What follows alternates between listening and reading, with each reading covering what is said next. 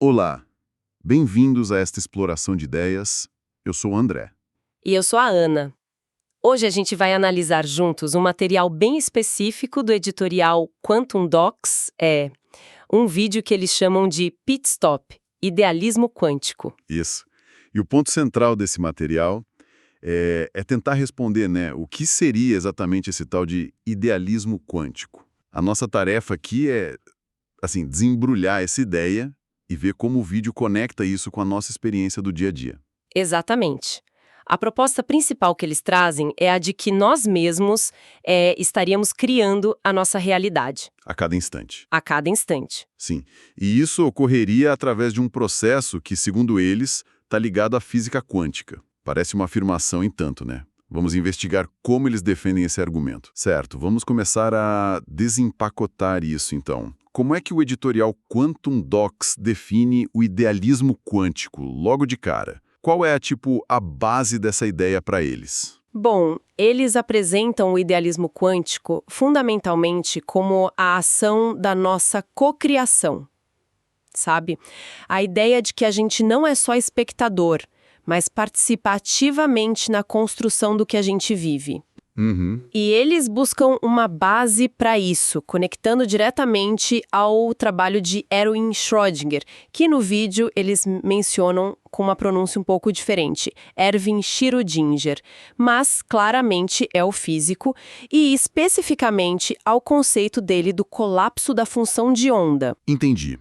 Então eles pegam um conceito da física quântica, o colapso da função de onda, e trazem para essa esfera da criação da realidade pessoal. Mas o que significaria exatamente colapsar a função de onda nesse contexto que eles apresentam? Como isso funcionaria na prática, segundo o vídeo? Olha, na interpretação que o vídeo oferece, colapsar a função de onda é o ato de tornar nossos pensamentos reais, sabe?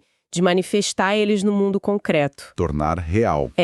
A afirmação deles é bem direta. Criamos nossa realidade a cada segundo e essa realidade é o resultado de um colapso da função de onda. E o ponto crucial, que eles repetem bastante, é que esse colapso não seria aleatório. Ele seria moldado pelos nossos pensamentos e, mais importante ainda, pelos nossos sentimentos. Aqui a coisa começa a ganhar uma dimensão diferente. Esse peso todo nos sentimentos. Como eles elaboram isso? Por que os sentimentos seriam tão determinantes nesse processo de cocriação que eles falam? Pois é, essa ênfase nos sentimentos é talvez o ponto mais forte do argumento deles.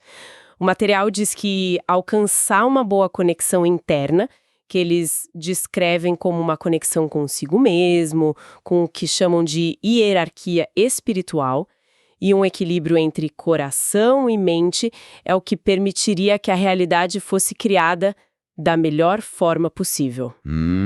O sentimento positivo, alinhado, seria o catalisador dessa criação que a pessoa deseja. Entendi. E imagino que o contrário também seja explorado. O que acontece quando essa conexão não está boa ou quando os sentimentos são negativos, segundo eles? Exatamente. O material é muito claro nisso.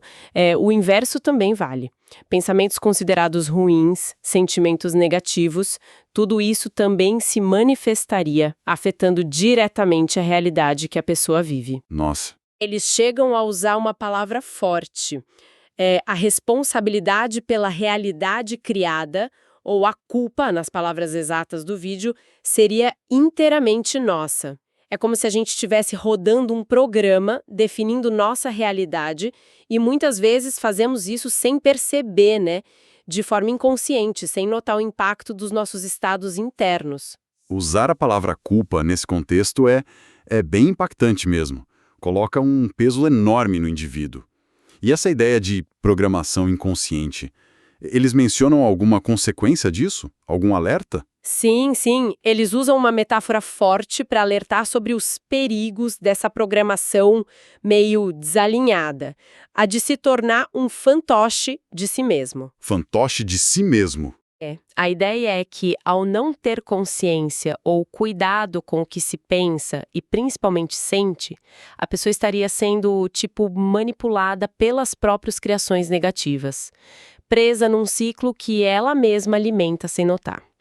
E isso leva direto a algumas armadilhas que o material aponta como bloqueios nesse processo. Faz sentido. Se a responsabilidade é total, é crucial entender o que poderia atrapalhar essa cocriação mais positiva. Quais são essas armadilhas que o editorial Quantum Docs menciona? Eles destacam 3 fatores principais que funcionam como entraves: a vitimização, a autossabotagem e a tendência a ficar na zona de conforto. A vitimização seria aquele estado de se sentir impotente, né? Culpando sempre algo ou alguém externo. A autossabotagem, aqueles mecanismos inconscientes que impedem a gente de conseguir o que quer.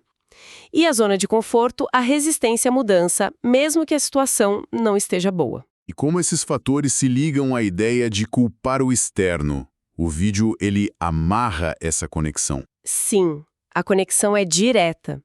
Quando alguém está preso nesses padrões de vitimização, autossabotagem, zona de conforto, a tendência natural, segundo o argumento deles, é justamente projetar a causa dos problemas para fora.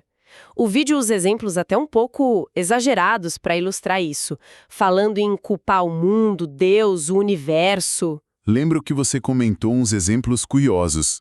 Exato. O vídeo vai além e menciona quase como uma hipérbole culpar a pulga do cachorro ou até os elefantes. Elefantes. É. A intenção parece ser mostrar o quão longe a gente pode ir para evitar a responsabilidade, buscando qualquer desculpa externa, por mais absurda que pareça, em vez de olhar para dentro e reconhecer que o resultado que a gente está vivendo é, segundo essa visão, uma manifestação direta da nossa programação interna, pensamentos e sentimentos. A responsabilidade, para o bem ou para o mal, é sempre nossa, de acordo com eles. Entendi a lógica deles. Então, voltando ao mecanismo central que eles propõem, baseado lá no Schrödinger, como eles articulam essa ideia da observação que tornaria as coisas reais? Eles reforçam a interpretação de que o Schrödinger teria falado sobre o colapso da função de onda acontecer no momento da observação. E, nessa analogia que eles criam, a onda representaria os nossos pensamentos, as possibilidades, entende? Certo. Portanto, o ato de observar os pensamentos, de focar a atenção neles, seria o gatilho que transformaria essas possibilidades em realidade concreta. Prestar atenção é dar forma nessa leitura que eles fazem. E reforçando aquela distinção que pareceu bem importante, pensar versus sentir. Como o vídeo aprofunda essa diferença dentro desse mecanismo todo? Essa distinção é, olha, absolutamente central para o argumento do editorial Quantum Docs. O pensamento é descrito quase como um componente matemático, lógico, uma formulação que o cérebro cria. É tipo a planta baixa, a estrutura. Mas, segundo eles, é o coração, o sentimento associado a esse pensamento que, de fato, realiza a cocriação da realidade. O sentimento seria um motor, a energia que impulsiona o colapso da onda na direção que a gente quer. Sem o sentimento correspondente, o pensamento seria só uma ideia abstrata, sem força para se manifestar. Então, tentando amarrar tudo isso que o editorial Quantum Docs apresenta como idealismo quântico. Seria essa capacidade inerente, essa ação contínua de cocriar a própria realidade. Um processo que acontece a cada instante, moldado pelos nossos pensamentos, mas fundamentalmente energizado e direcionado pelos nossos sentimentos. E a responsabilidade por esse processo e seus resultados é inteiramente individual. É essa a essência da mensagem deles. Exatamente essa é a síntese da visão apresentada no vídeo. É uma proposta de agência pessoal, assim, radical. Radical, boa palavra. Tanto que o material chega a parabenizar quem já sabe colapsar a realidade, ou seja, quem já teria consciência e domínio sobre essa dinâmica, e ao mesmo tempo incentiva muito quem ainda não se sente nesse ponto a buscar conhecimento, a estudar mais sobre esses assuntos, para poder aplicar isso na própria vida e assumir as rédeas da sua criação de realidade. É uma perspectiva que, sem dúvida, coloca o indivíduo numa posição de poder, mas também de imensa responsabilidade sobre a própria experiência. Não tem muito espaço para terceirizar, pelo que você descreve. Nenhum. A ênfase na responsabilidade pessoal é total e, assim, intransigente na argumentação deles. Qualquer tentativa de culpar fatores externos é vista como uma fuga, um sintoma de estar preso naquelas armadilhas da vitimização ou da zona de conforto. O chamado é constante para a autoobservação atenta. O que eu tô pensando e, mais importante ainda, o que eu tô sentindo agora. Porque nessa visão é isso que está ativamente construindo meu amanhã. E essa dinâmica pensamento, sentimento, realidade explicaria dentro da lógica deles, porque às vezes as pessoas sentem que desejam algo, pensam naquilo, mas não conseguem manifestar. Precisamente. A explicação que o vídeo oferece seria que ou o sentimento não estava verdadeiramente alinhado com o pensamento, tipo, a pessoa pensava em prosperidade, mas sentia medo ou escassez. Entendi. Ou então, ela estaria inconscientemente se auto-sabotando ou presa no medo de sair da zona de conforto. Esses bloqueios funcionariam como ruídos, sabe? Interferências na programação da realidade, impedindo que o colapso da função de onda acontecesse da forma desejada. Por isso, a insistência deles em limpar esses padrões internos e alinhar coração e mente. É fascinante notar como eles pegam uma figura e um conceito da física quântica, o Schrödinger e o colapso da função de onda, e usam isso como alicerce para construir uma visão de mundo com implicações tão profundas na esfera pessoal, psicológica e até espiritual, né?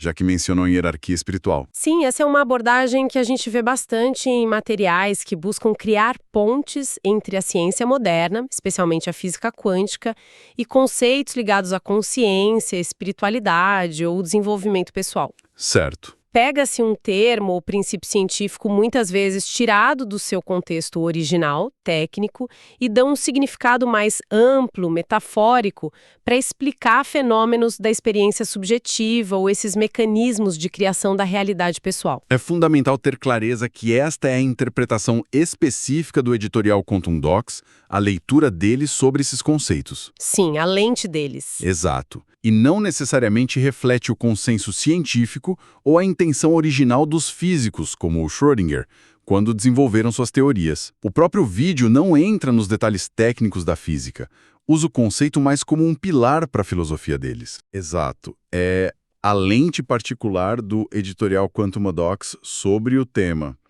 Eles apresentam essa lente de forma bem assertiva, quase como um manual de funcionamento da realidade. A mensagem principal parece ser um chamado à ação interna, né? Sem dúvida. A mensagem final é muito clara e direta. Preste atenção constante ao que você pensa e principalmente ao que você sente, porque é isso que está, neste exato momento, construindo ativamente o seu mundo, a sua experiência. Se a realidade externa não está agradando, a solução proposta por eles não está fora, mas dentro. É preciso ajustar os pensamentos, alinhar os sentimentos, identificar e desmontar os padrões de vitimização, autossabotagem e zona de conforto. É um convite a assumir o controle criativo da própria vida. Analisando essa perspectiva que o vídeo traz, fica bem evidente a magnitude da responsabilidade que eles atribuem a cada um de nós na forma como percebemos, sentimos e, consequentemente, construímos o nosso dia a dia. É uma visão que sugere um poder pessoal muito grande. Um poder imenso, de fato. É uma ideia que convida a uma introspecção profunda sobre nossos próprios padrões mentais e emocionais. Como esses padrões podem estar se refletindo como um espelho no mundo que a gente vê e nas experiências que a gente atrai. É uma proposta potente, que certamente provoca reflexão sobre a nossa participação naquilo que chamamos de realidade. Bom, a gente dedicou um bom tempo aqui explorando as ideias apresentadas pelo editorial Quantum Docs nesse vídeo Pit Stop, Idealismo Quântico. Esperamos que esta análise tenha ajudado a clarear um pouco a perspectiva deles. Agradecemos a todos pela atenção e pela conexão nesta nossa conversa. Foi um mergulho interessante nesse material específico. E para quem se interessou por essa abordagem e quiser conhecer mais do trabalho deles, o próprio editorial Quantum Docs sugere que os acompanhe nas redes sociais, buscando por @QuantumDocs. Tudo junto, né? Isso, @QuantumDocs.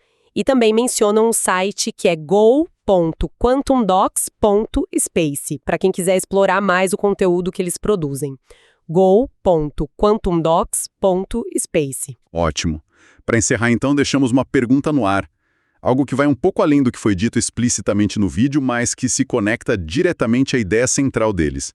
Se a gente aceitasse essa premissa de que nossa realidade é continuamente co-criada por pensamentos e sentimentos, como isso mudaria nossa interpretação de eventos que parecem aleatórios, sabe? Coincidências ou aquelas famosas sincronicidades. Seriam elas também, de alguma forma, manifestações dessa nossa programação interna? Sinais do universo que nós mesmos estamos ajudando a escrever? Fica aí algo para refletir. Até a próxima. Até mais.